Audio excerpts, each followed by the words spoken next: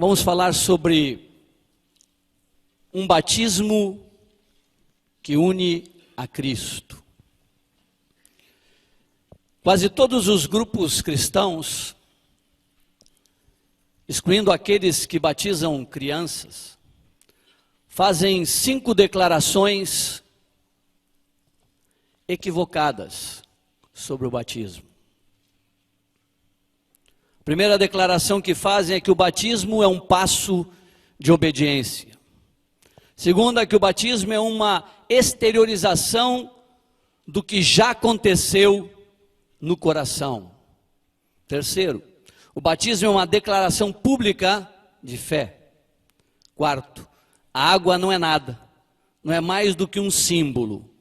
E quinto, o batismo não salva. Eu lembrei disso porque em 1974, quando eu me converti, eu conheci um grupo de pastores que vinham de vários fundos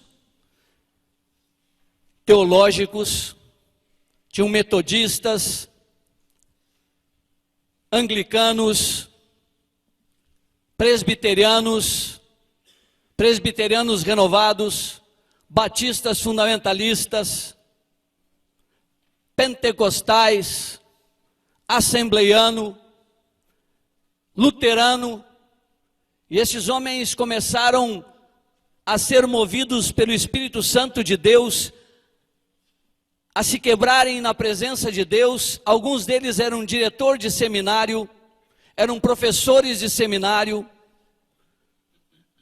e alguns deles tinham sido batizados quando criança e batizavam crianças.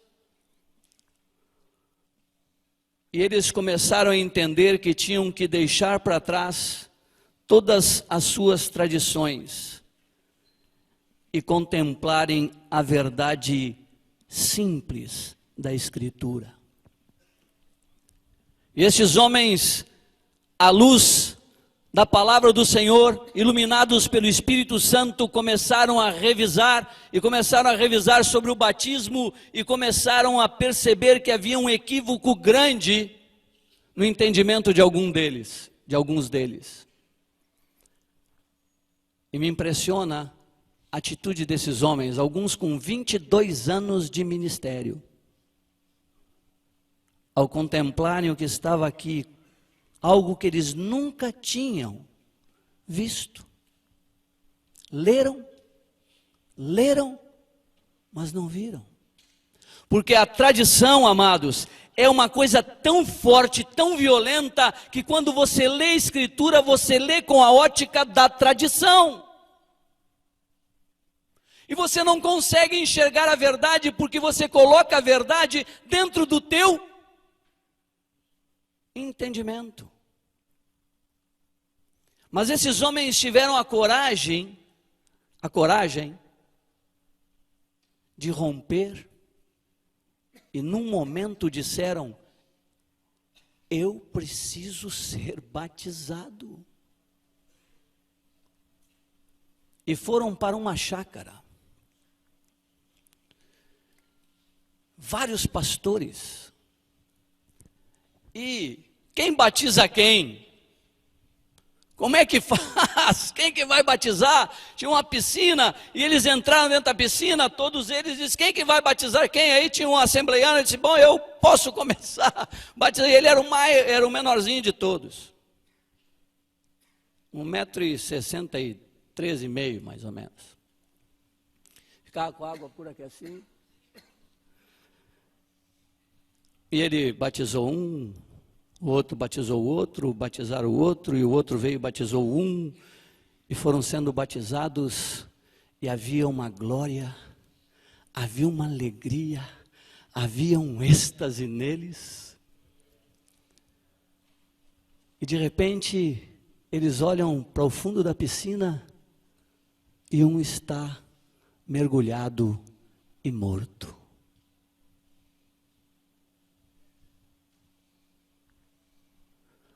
Alegria se transformou em desespero.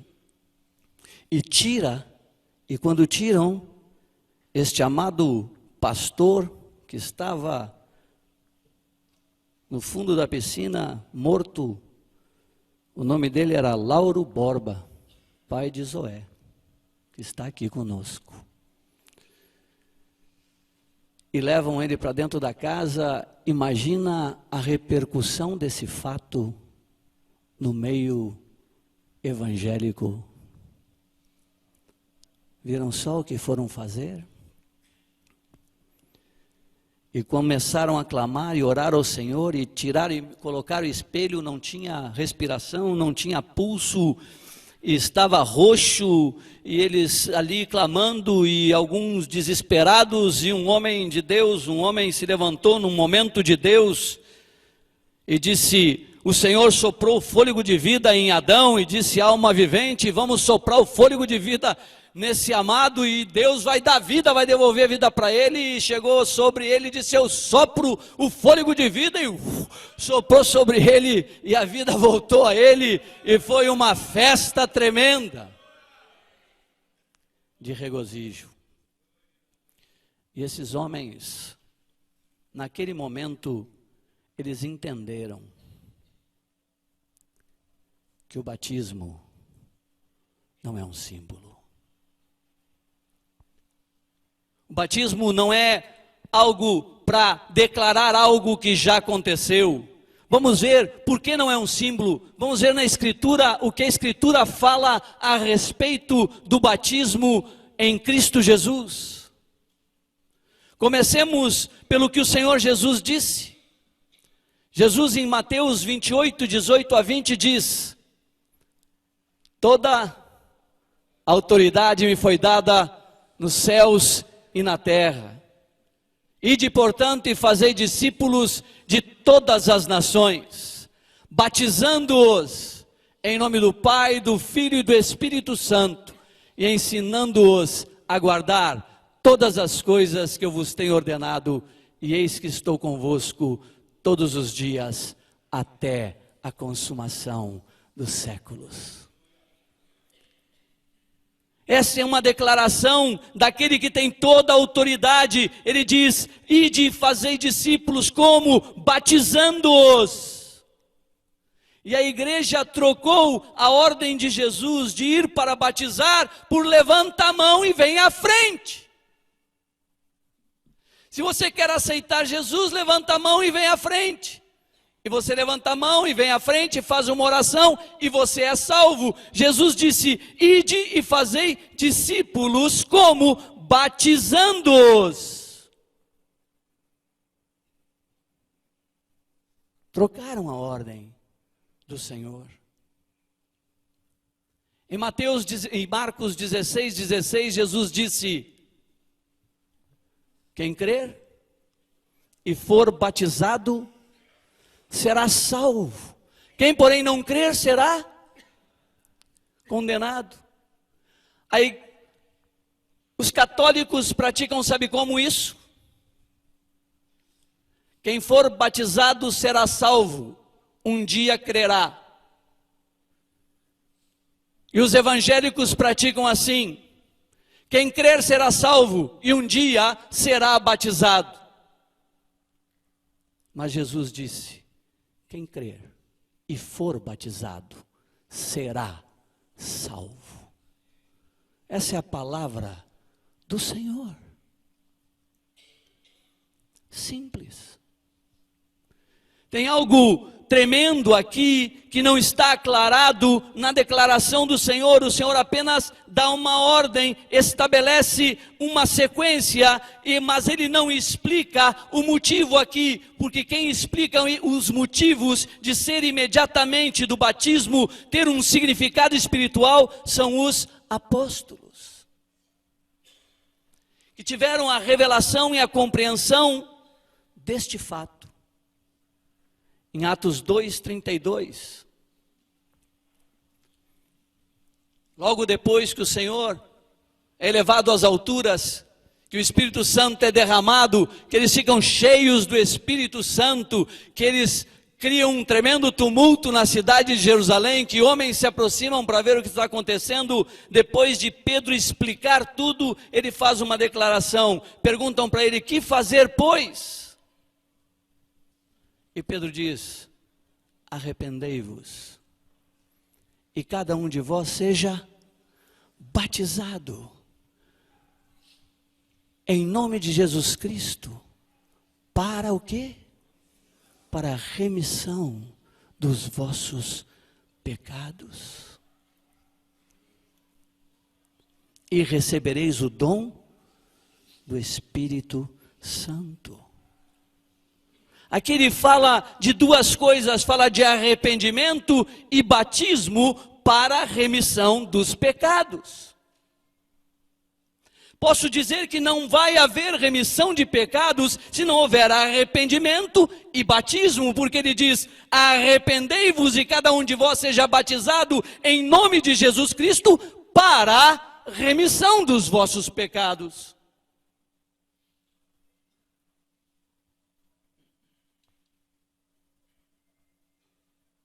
Ele não coloca o batismo como uma confirmação da salvação recebida pela fé, mas como um elemento indispensável para a salvação.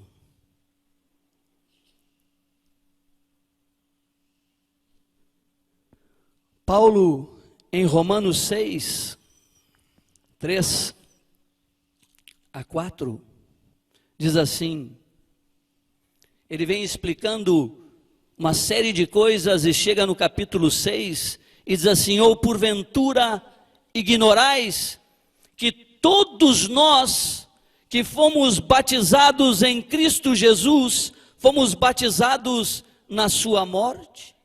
Ou seja, ele sabia que eles tinham a compreensão de que eles tinham sido enxertados em Cristo Jesus, mas parece que eles não tinham compreensão de que quando eles foram enxertados em Cristo Jesus, eles se tornaram participantes de tudo que era devido a Cristo.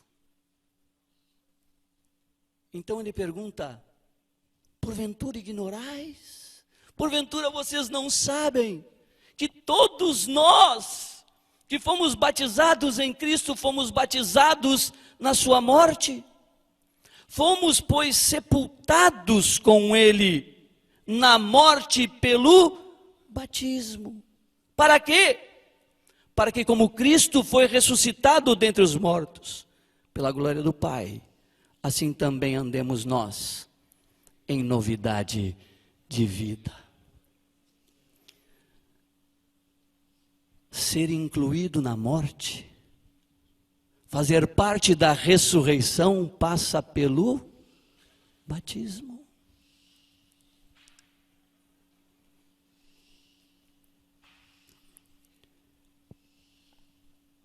Paulo, em Gálatas 3, 27,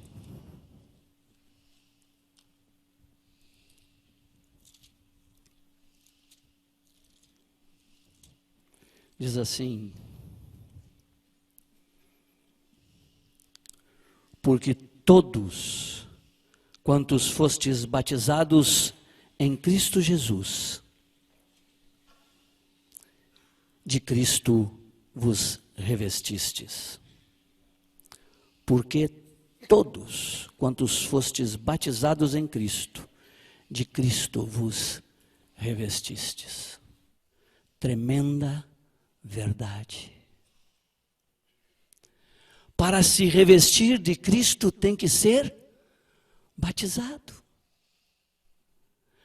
É um momento glorioso, é um momento tremendo, é um momento que o Senhor estabeleceu, é o meio pelo qual o Senhor estabeleceu para o homem lavar os seus pecados, é o momento que Deus estabeleceu para os pecados do homem serem redimidos, é o momento que Deus estabeleceu para que o homem seja unido a Cristo.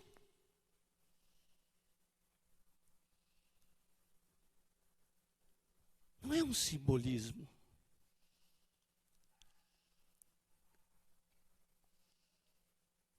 Alguns dizem, a água é nada. E eu digo, é verdade, a água é nada, exceto no momento que um pecador se arrepende e é mergulhado nela, em nome de Jesus Cristo. Naquele momento, é o meio pelo qual Deus estabeleceu a sua aliança. Aleluia.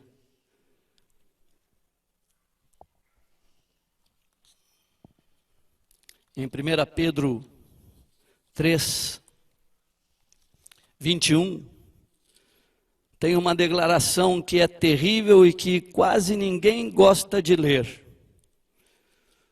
porque é uma declaração problemática, complicada,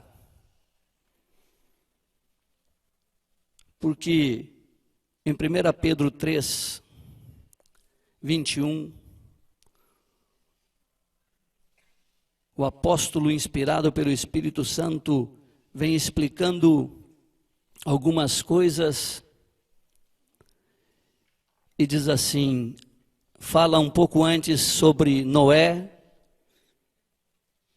quando preparava a arca, na qual poucos, a saber 8 pessoas, foram salvos através da água, esta água, a qual figurando o batismo, agora também vos salva. Uau!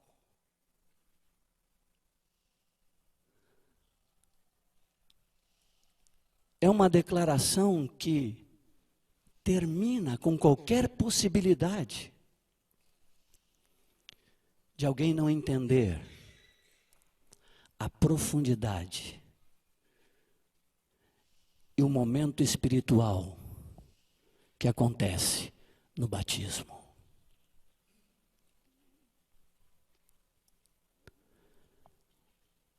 A qual vos salva. Em Atos capítulo 22, temos um testemunho de um homem que não pode pesar sobre ele nenhuma sombra de dúvida e nenhuma dificuldade com sua compreensão da revelação de Deus. Atos capítulo 22, de 12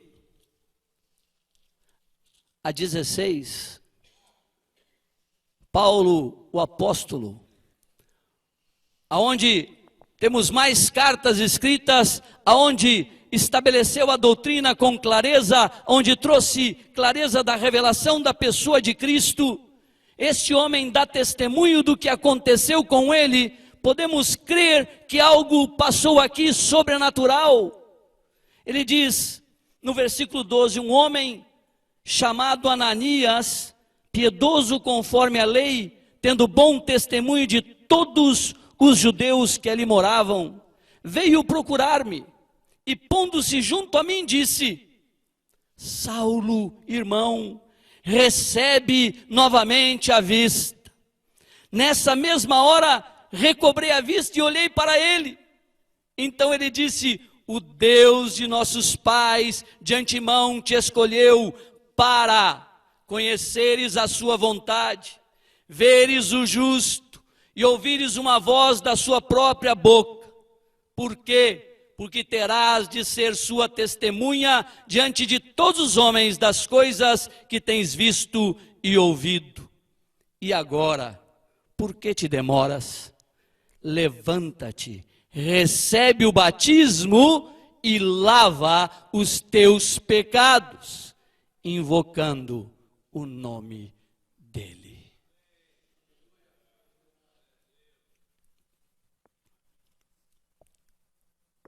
Paulo fala a mesma coisa que Pedro. Eles dois receberam de Cristo Jesus. esta verdade. Há algo tremendo que acontece naquele momento. Porque Deus estabeleceu que assim deveria ser.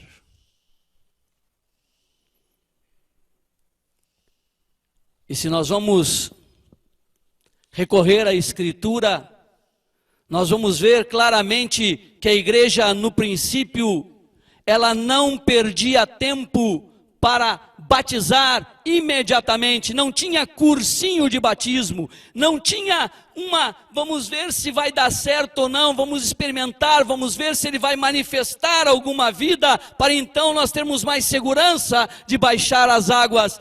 Eles baixavam imediatamente nas águas, porque eles sabiam que ali eles estavam recebendo remissão dos pecados, ali seus pecados estavam sendo lavados, ali aquela pessoa estava sendo enxertada em Cristo Jesus, para andar em novidade de vida.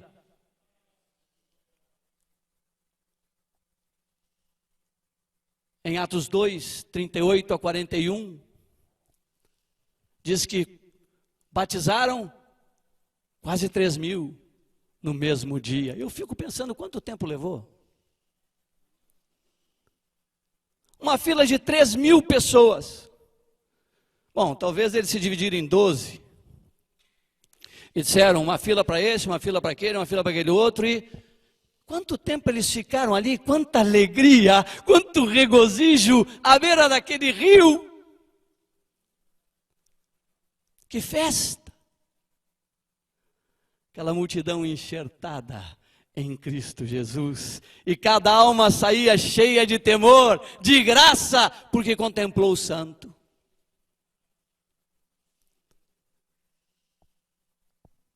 Os samaritanos, em Atos 12, iam se arrependendo e sendo batizados imediatamente. O etíope, o eunuco, quando está a caminho, ele mesmo, depois de compreender a Escritura, que Filipe lhe explicava, ele mesmo diz aqui: a água aqui impede. Não quero perder tempo não, me enxerta nele.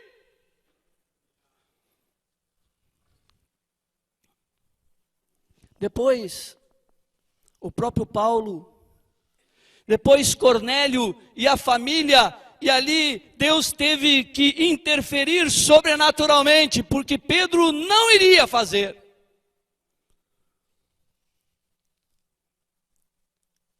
Mas quando ele vê eles cheios do Espírito Santo, então ele diz: eu não posso negar para eles.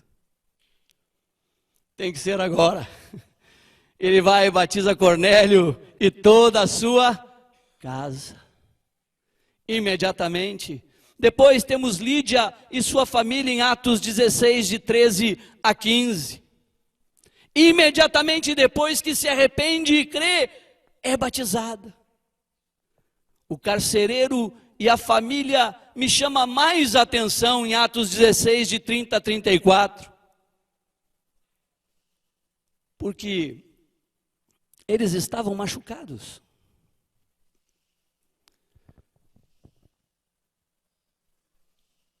Já passava da meia-noite. Teve um terremoto. E eles cantavam louvores. Tinha um fundamento.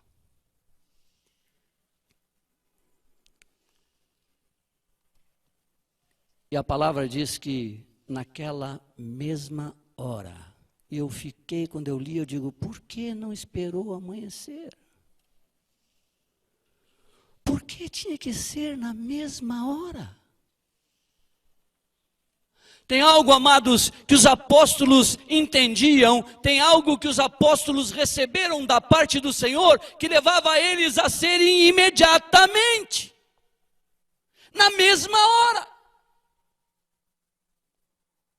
Não protelavam, porque havia algo sobrenatural, havia ali a união com Cristo.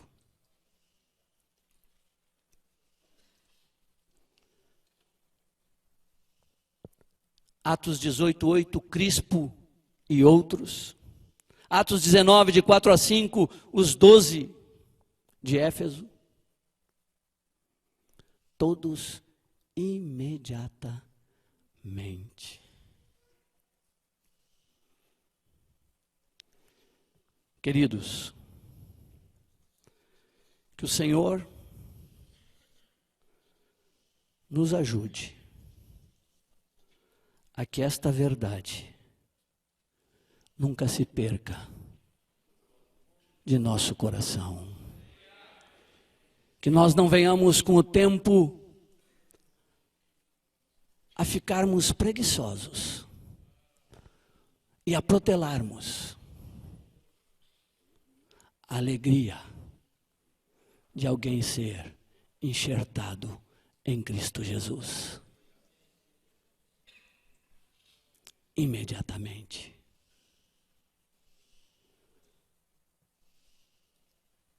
O que a pessoa precisa ter é arrependimento e fé. É o suficiente para que ela seja batizada. Por isso, não batizamos crianças.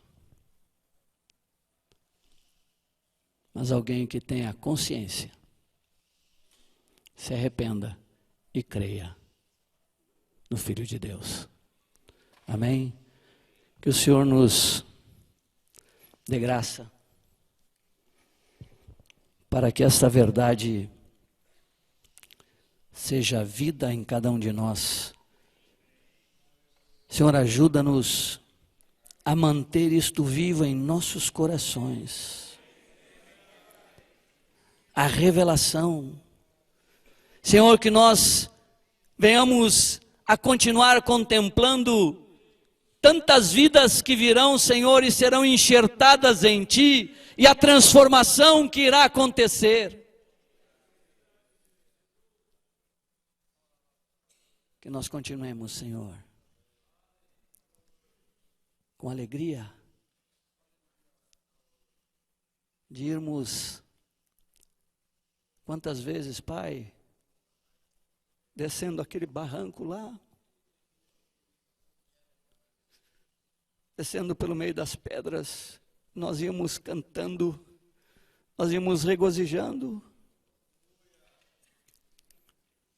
e as vidas descendo juntas, com alegria, com expectativa de serem enxertadas em Cristo Jesus.